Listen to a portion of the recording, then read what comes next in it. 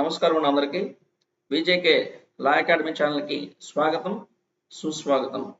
ఈరోజు చెప్పబోయే టాపిక్ ఏంటంటే, ఈరోజు వచ్చిన సుప్రీంకోర్ట్ ఆఫ్ ఇండియా జడ్జిమెంట్ అనేది, ఇది ముఖ్యంగా civil judge junior division aspirants ఎవరైతే ఉంటారో వారి కోసం ఉండేది. సో ఈ వీడియో అనేది ఎక్కడ స్కిప్ చేయకుండా చూసినట్లయితే మీకు అర్థమవుతుందండి. ఈరోజు ఈ వీడియోలో 3 years ప్రాక్టీస్ రూల్ విషయంలో హానరబుల్ సుప్రీంకోర్ట్ ఆఫ్ ఇండియా ఏం చెప్పింది, అలానే మే 20, 2025 నుండి మార్చ్ 31, 2027 వరకు ఎవరు అప్లై చేయవచ్చు, అలానే ఏప్రిల్ 1, 2027 తర్వాత ఎవరెవరికి ఎలిజిబిలిటీ ఉంటుంది, అలాగే జ్యుడిషియల్ అకాడమీ ట్రైనింగ్ అంటే ఏంటి, అలానే లా క్లర్క్షిప్ ఎలా ఉంటుంది, అలానే ఫ్రెష్ లా గ్రాడ్యుయేట్స్కి దీనివల్ల ప్రయోజనం ఏంటి.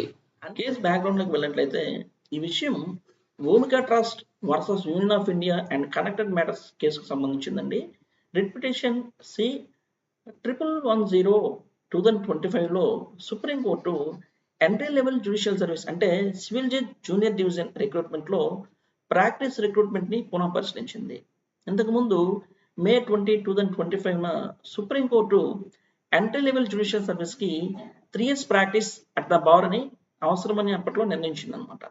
సో 28/7/2026 సుప్రీంకోర్టులో ఆర్గ్యుమెంట్స్ దీనికి సంబంధించి పూర్తయ్యాయి. అలాగే ఆర్డర్ అనేది రిజర్వ్గా నమోదయ్యింది.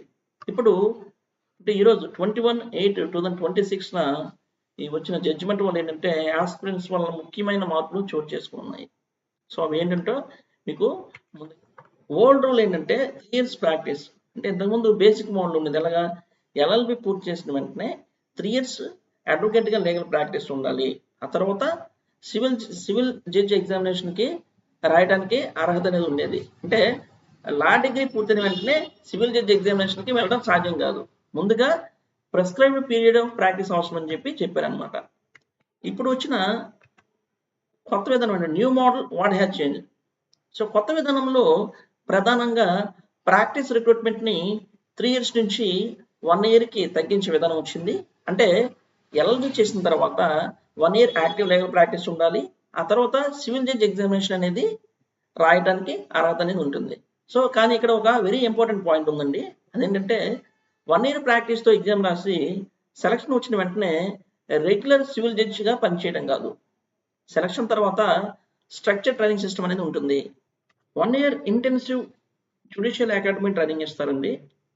సో ఎవరైతే ఈ సెలెక్టెడ్ క్యాండిడేట్స్కి ముందుగా ఏం చేస్తారంటే ఈ ట్రైనింగ్ ఇస్తారనమాట.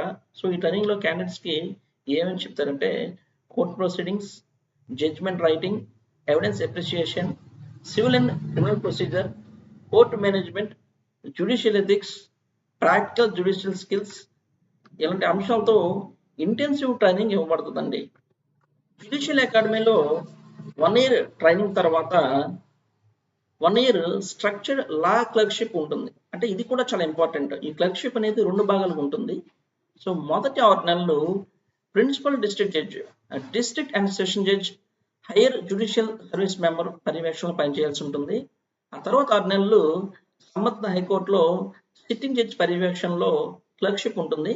అంటే క్యాండిడేట్స్కి డిస్ట్రిక్ట్ జ్యుడిషియరీతో పాటు హైకోర్టు ఫంక్షనింగ్ పై కూడా ప్రాక్టీస్ ఎక్స్పోజర్ వస్తుంది అనమాట.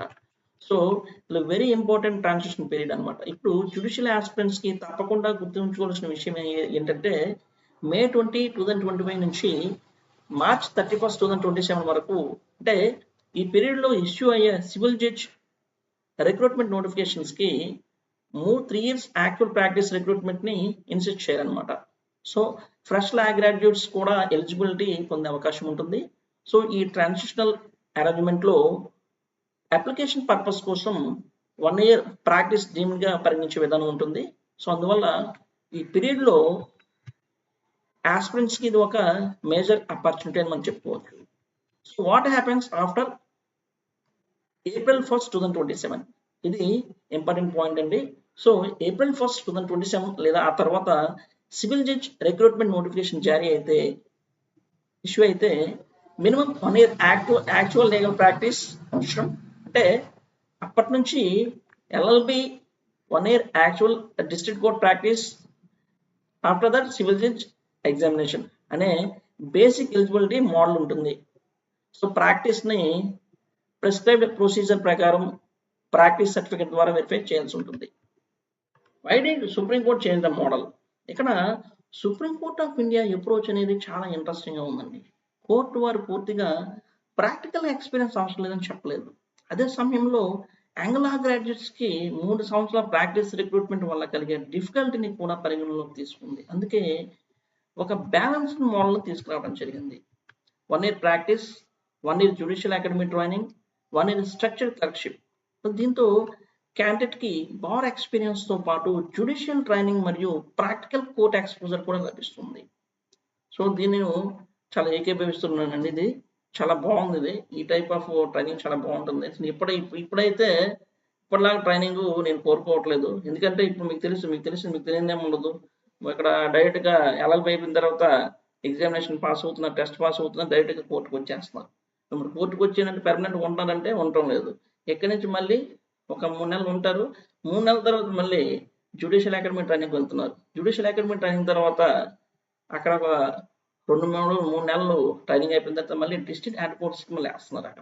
అక్కడ ఒక 2 months ఉండి మళ్ళీ కోర్టుకు రావడం జరుగుతుంది. ఇలాగా సైక్లింగ్ ప్రాసెస్ జరుగుతుంది అనమాట. సో దీనివల్ల ఏంటంటే నా అభిప్రాయం ప్రకారం ఏంటంటే ఇప్పుడు ప్రజెంట్ ఉన్న మోడల్ కన్నా ఇప్పుడు హైకోర్టు అదే సుప్రీంకోర్టు వారు తీసుకొచ్చినటువంటి కొత్త మోడల్ చాలా బాగుందండి. తర్వాత నేను చెప్పబోయేది ఏంటంటే ఇప్పుడు ఎవరైతే జ్యుడిషియల్ ఆస్పిరెంట్స్ ఎవరైతే ఉంటారో వారి కోసం ఉండేది ఫైనల్ మెసేజ్. సో మీరు ఎల్ఎల్బి పూర్తి చేసి సివిల్ జడ్జి కావాలని కంటున్నట్లయితే ఇది చాలా ఇంపార్టెంట్ డెవలప్మెంట్ అనేది. సో కానీ సోషల్ మీడియా హెడ్లైన్స్ మాత్రమే చూసి ఎలిజిబిలిటీ అనేది నిర్ణయించుకోకండి. సో ప్రతి స్టేట్లో రిక్రూట్మెంట్ నోటిఫికేషన్, అలాగే అప్లికేబుల్ జ్యుడిషియల్ సర్వీస్ రూల్స్ మరియు సుప్రీంకోర్టు డైరెక్షన్స్ని తప్పనిసరిగా వెరిఫై చేయాల్సి ఉంటుంది. ఎందుకంటే eligibility ultimately depends on the applicable recruitment notification and rules. So ఇది గుర్తుపెట్టుకోవాలి మీరు. సో ఫైనల్గా నేను చెప్పేది ఏంటంటే ఒక మాటలో చెప్పాలంటే 3 years practice rule completely gone అని చెప్పడం సరైనది కాదు. సో దాని స్థానంలో స్ట్రక్చర్డ్ సిస్టమ్ అనేది వచ్చింది. అంటిల్ 31st March 2027 నోటిఫికేషన్స్ అంటే ఫ్రెష్ లా గ్రాడ్యుయేట్స్కి transitional relaxation from April 1st 2027 notifications. So 1 year actual legal practice, అలానే సెలక్షన్ తర్వాత 1 year judicial academy training, 1 year structured law clerkship అనే విధానం అనేది ముఖ్యమైనది అనమాట. సో కాబట్టి మీరు సివిల్ జడ్జ్ ఆస్పిరెంట్ అయితే ఈ ఇన్ఫర్మేషన్ తప్పకుండా సేవ్ చేసుకోండి. ఈ వీడియో మీకు యూస్ఫుల్ అయితే లైక్ చేయండి, జ్యుడిషియల్ ఆస్పిరెంట్స్తో షేర్ చేయండి. ఇక విజేకే గారిని ఒక ఛానల్ ఎవరైనా సబ్స్క్రైబ్ చేసుకోకపోయినట్లయితే తొందరగా సబ్స్క్రైబ్ చేసుకోండి. ఇలాంటి సుప్రీంకోర్టు జడ్జ్మెంట్స్, అలానే జ్యుడిషియరీ అప్డేట్స్, లీగల్ అవేర్నెస్, అలానే ఎగ్జామ్ రిలేటెడ్ లీగల్ అప్డేట్స్ కోసం నా ఛానల్ని సబ్స్క్రైబ్ చేయడం మర్చిపోవద్దు. నమస్తే.